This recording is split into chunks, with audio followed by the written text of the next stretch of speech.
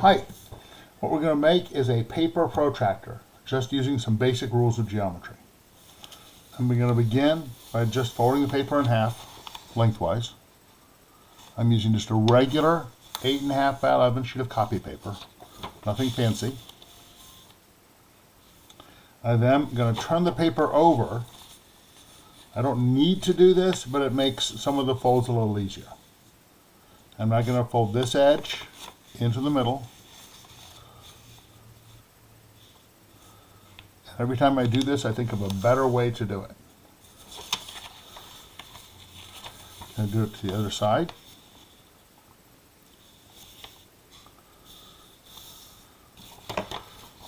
So I've got these folds here. It's kind of a W shape.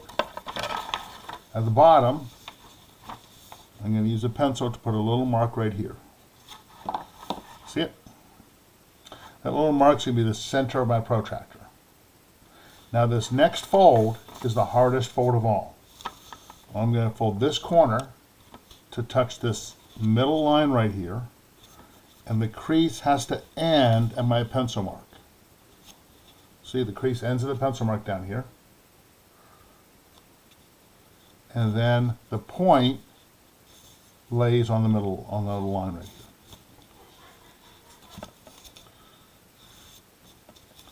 See it? That's the hardest fold. Now I'm going to fold it in half so I can duplicate that fold on the other side. This fold's here. I'm going to flip it over. I'm going to fold this up so it matches with the other fold. You'll notice it also falls on the line here, and the crease also ends in the middle. Now we're going to do what's called generally just a pleating fold. I'm going to fold this down.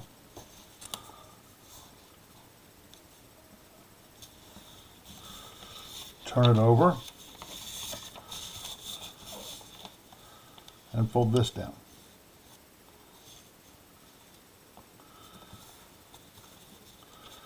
And now opening it up.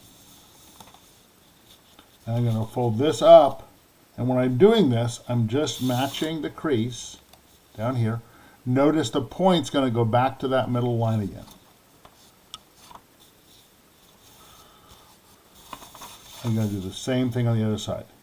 This is a backwards, back and forth sort of folding process. Flip it over. Fold to match the crease. Now that middle line's not being very helpful. When I'm doing this, I'm matching each of the creases, so I'm actually making congruent angles. Because all the angles are on top of each other, they all must be the same size. Flip it over.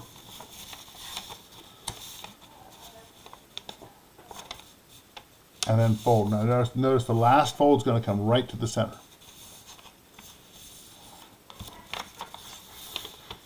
And right to the center here.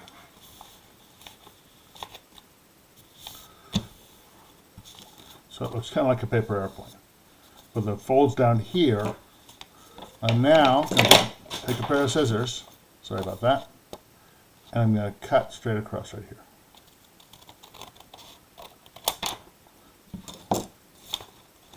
Put that aside. So this is what I've got. I'm going to unfold this. What's important is that every crease here, each of these creases, is 15 degrees. Why is it 15? I'm going to explain a little bit why it's 15 degrees, but this first fold I did up to this line was making part of an equilateral triangle. So I took a 30-degree angle and cut it in half. So this would be 15 degrees. This would be 30 degrees, 45 degrees, 60 degrees, 75 degrees, 90, 105, 120, right,